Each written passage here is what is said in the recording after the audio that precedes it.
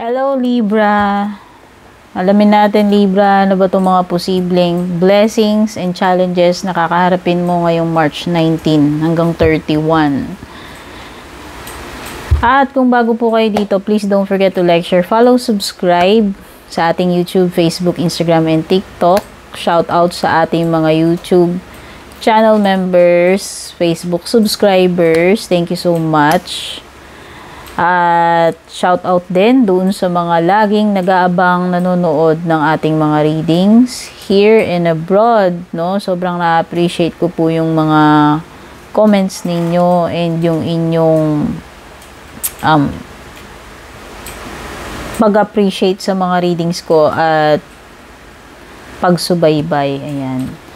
Regarding personal reading services naman, diretso lang kayo sa aking FB page. Doon po ako nag-entertain ng mga tanong kung balak ninyong mag-book ng personal reading services ko. Ayan. Hanapin nyo yung, yung mga links na nakalagay sa description below.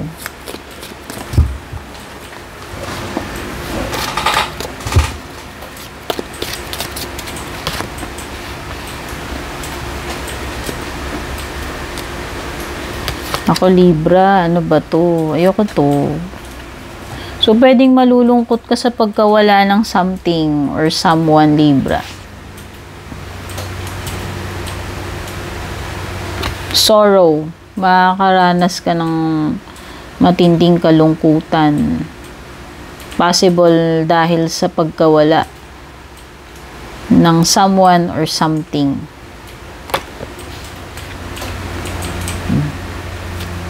Corona kasi yan no? So, possible lang Libra, okay? Pero pwede mong i-reject yan. So, kung ayaw nyo ng mga negative na lalabas sa mga readings, wag na po kayong manood. Baka kasi hindi nyo carry or hindi nyo type, no? Kasi itong readings natin, combination ng positive, negative energies dahil ito ay blessings and challenges. So, dapat open-minded kayo. Dahil kung hindi, huwag na lang po kayo manood, no? Siyempre, claim nyo lang yung mga positive, reject nyo yung mga nega. Yun yung isa doon sa technique. Libra, nabanggit ko na tong loss. Next is heals. Obstacles to overcome. So, ang daming challenging naman dito, Libra. Almost kalahati. So may mga may mga harang or sagabal dito sa sa path mo or sa mga goals mo, Libra, na kailangan mong malagpasan to. Ayan, obstacles, okay? So, always think positive, and kung may mga obstacles man, diba, gawin mo yung lahat ng kaya mo. Diba, hindi naman sinabi dito na hindi mo siya ma-overcome. Wala neutral Binabanggit lang na may mga obstacles dito. So, depende na sa'yo yan, Libra, kung kaya mo bang lagpasan yung mga obstacles na yan.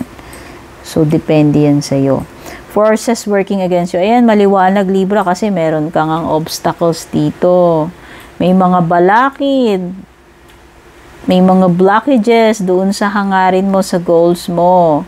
Tapos may mga forces working against you pa. So may mga may mga energies or circumstances na talagang pumipigil or sumasagabal doon sa iyong magandang outcome or goals. Changes in your life, Libra. So, may mga pagbabago rin darating sa iyo itong March 19 hanggang 31. Expect mo na yung mga pagbabago na yan. And seek out information that will help you, Libra. So, kailangan mong maging madiskarte, mapamaraan.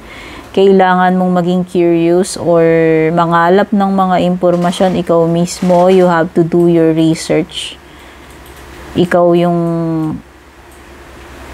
talaga yung magre-reach out sa iba para magtanong.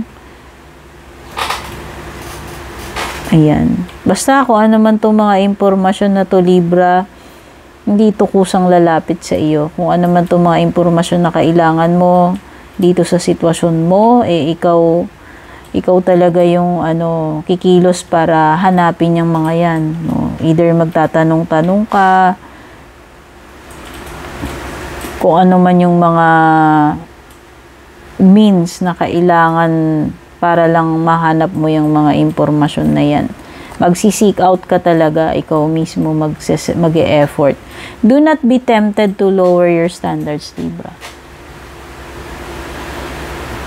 Hindi mo pwedeng i-sacrifice itong mga values mo, prinsipyo mo, and standards mo just for you to be accepted or to fit in.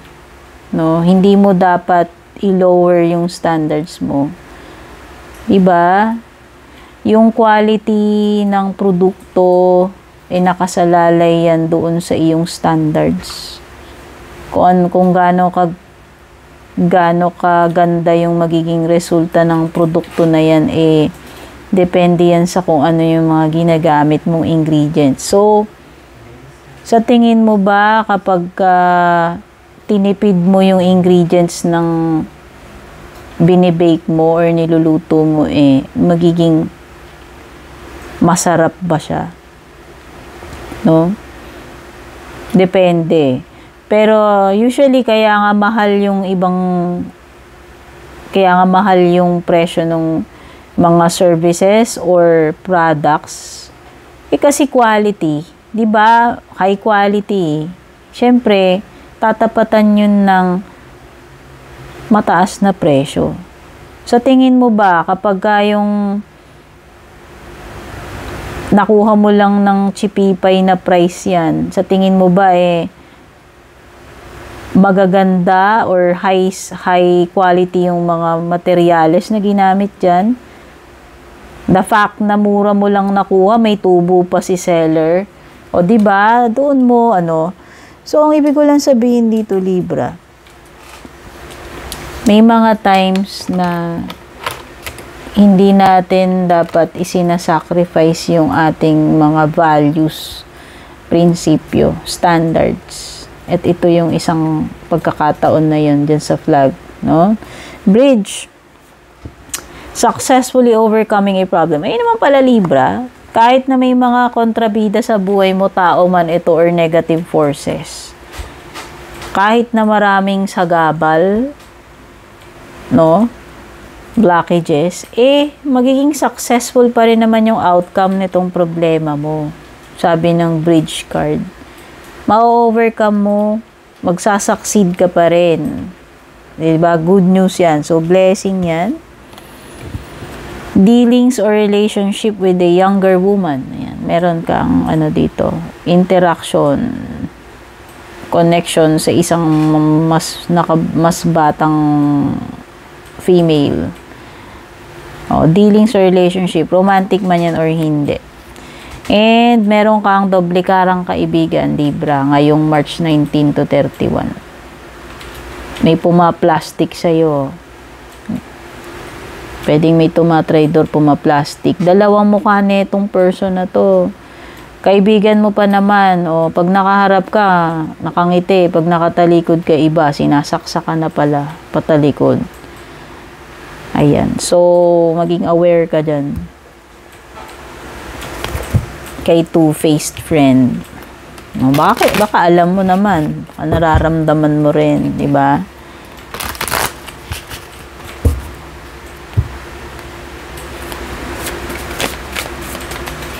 Ay, masyado pala ako nakausog dito. Ayan, para makita.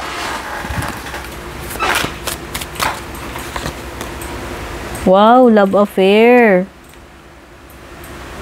Ay, aray ko, love affair. So, pwedeng itong love affair na ito, Libra, hindi mag-work. Baka mawala ka sa sarili mo, mawala ka sa realidad, or mawala ka sa tama. No, dahil lang dyan sa love affair na yan. Okay, pwede kasing Pwedeng hindi nararapat yung love affair na yan o talagang walang magandang pupuntahan. Pwedeng hindi mag-work out, no? Yun yung sinasabi dyan. Merong mga limitations dito, Libra. Pwedeng kontrolado rin yung mga kilos mo or options mo dito. Limitation eh. So, may mga bagay na hindi lahat siguro ng kailangan mo or gusto mo will be available to you. Okay? May mga limitasyon. So, hindi lahat makukuha mo. Hindi lahat mangyayari or matutupad or magagawa mo. Or hindi lahat pwede. Okay? May mga limitasyon. May mga limitation dito. Looking, have an eye for beauty and uncover hidden charms.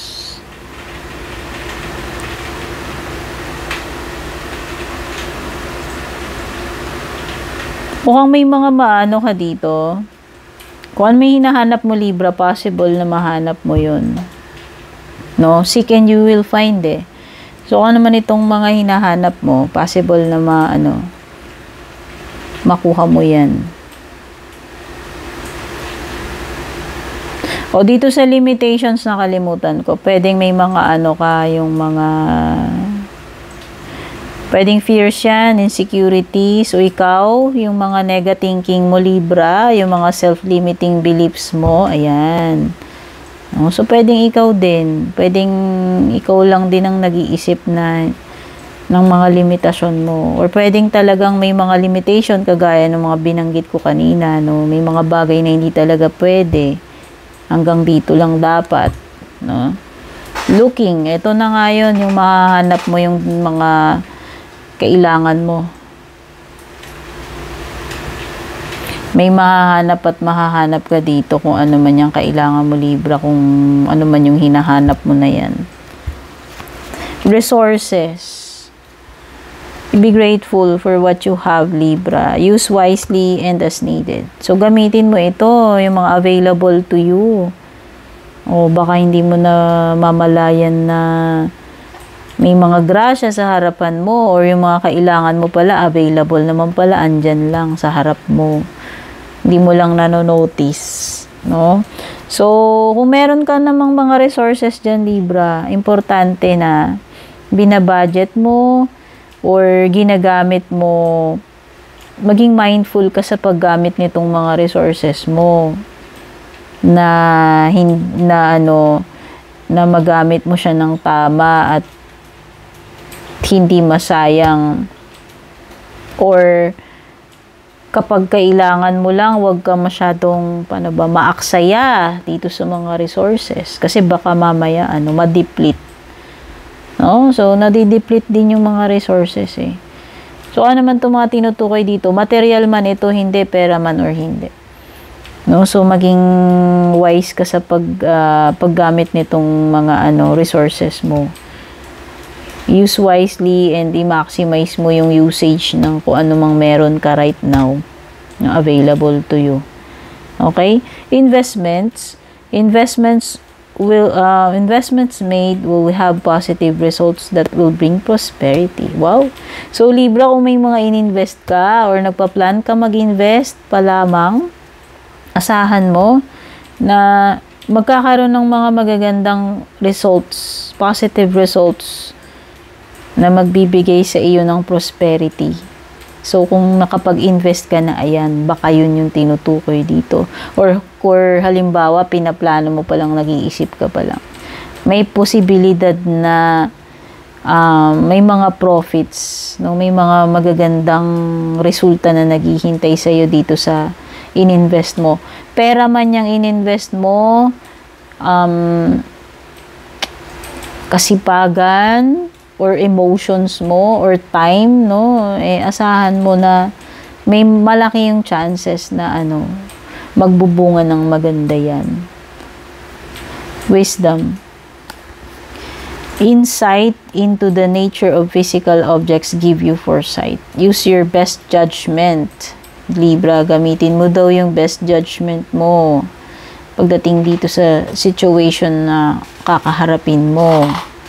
Use your wisdom, Libra. Ano ba yung mga natutunan mo sa buhay?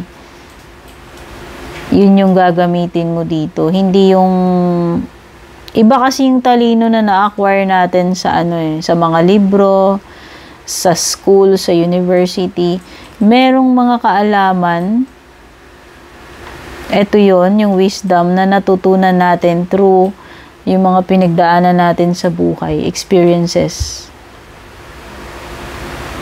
challenges, and triumphs, and failures. Ito yon yung wisdom na natutunan mo throughout the years mula nung ipinanganak ka hanggang nag-mature ka hanggang ngayon.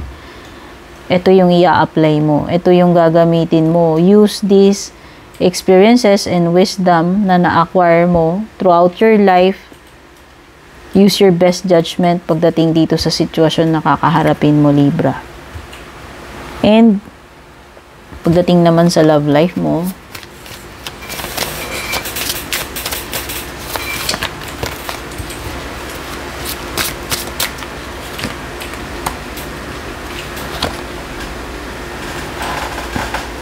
trust and alone time.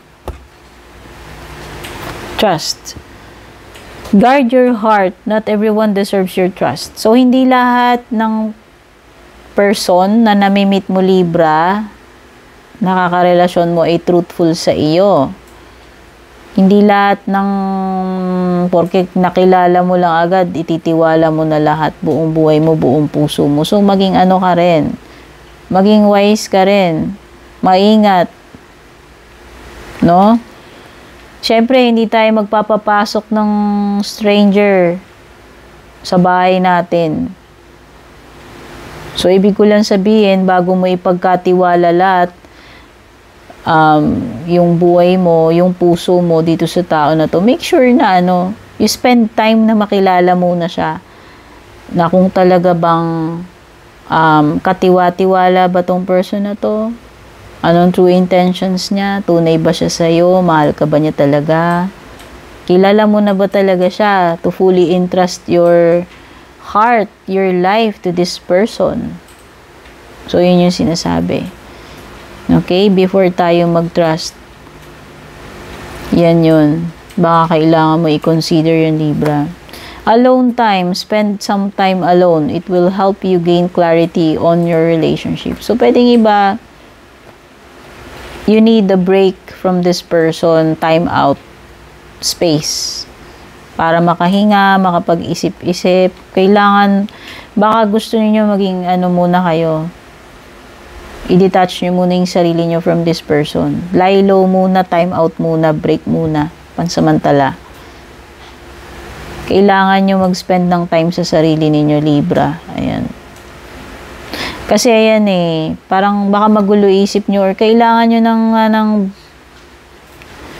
kailangan nyo lang ng breather para naman makahinga kayo kung nasusuffocate na kayo dito sa relationship nyo or kung naguguluhan yung isip nyo.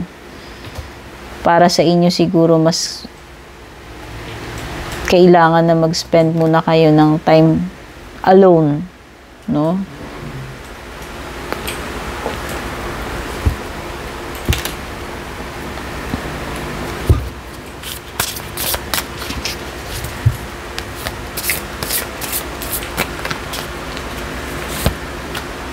What do you need to release, Libra? Yan ang tanong sa'yo ni, ng card. Baka may mga kailangan ka ng i-let go, Libra. Ano ba tong mga bagay na to na hindi mo pa rin binibitiwan hanggang ngayon? Ito yun. Ano ba tong mga kailangan mo ng pakawalan, bitiwan, i-let go? Ito na yun. Ikaw ang nakakaalam nito, Libra. May mga bagay na kahit gustong-gusto nating i-keep, minsan kailangan nating palayain. Okay? And for your closing message, kumbaga, it's for the best. No, it's for the best. Hindi lang para sa best mo pa rin, para rin sa best ng person na yun. Okay? para sa ikabubuti ninyo pareho yan siguro sa tingin ko. Closing message mo is have faith, Libra. Trust your faith in this situation. Tiwala ka lang. Ipaubaya mo kay God. May mga bagay na hindi nasaklaw ng kakayahan natin, ng powers natin. And we need to release or i-surrender, no? Ito yung mga bagay na dapat nating i-surrender kay God. Huwag kang mawawala ng pag-asa, Libra, pero may mga bagay na kailangan na i-surrender na natin kay God. Okay? Take care, Libra, and God bless.